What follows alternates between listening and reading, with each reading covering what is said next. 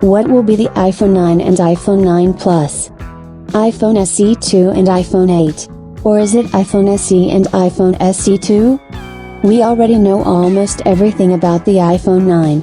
Much has been written about him and his older brother on Google News. More precisely, we are sure that we already know everything. The case is the same as that of the iPhone 8.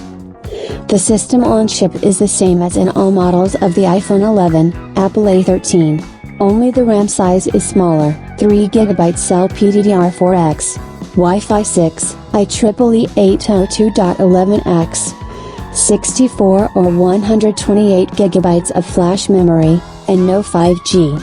Camera with a single sensor. LiDAR support is not. The main thing in the new smartphone is not technical data.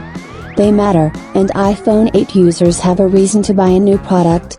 And if it weren't for some circumstances, the new product would definitely be a success. The main thing in the iPhone 9 is the price. Availability. There should not be any surprises. The physical home button with built-in Touch Idaho sensor.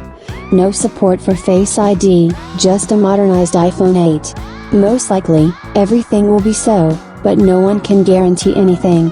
This smartphone is a child of difficult and unpredictable times. Its production took place in incredible conditions. The coronavirus variants, balls with a diameter of 100 nanometers, slowed down its production over and over again.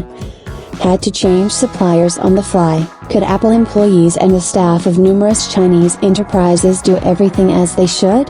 Suddenly some serious problems will poison the joy of a new powerful smartphone? No people, no cars now at Apple Park. I really want a miracle to happen. Today, every such news is worth its weight in gold. But somehow anxious in my soul.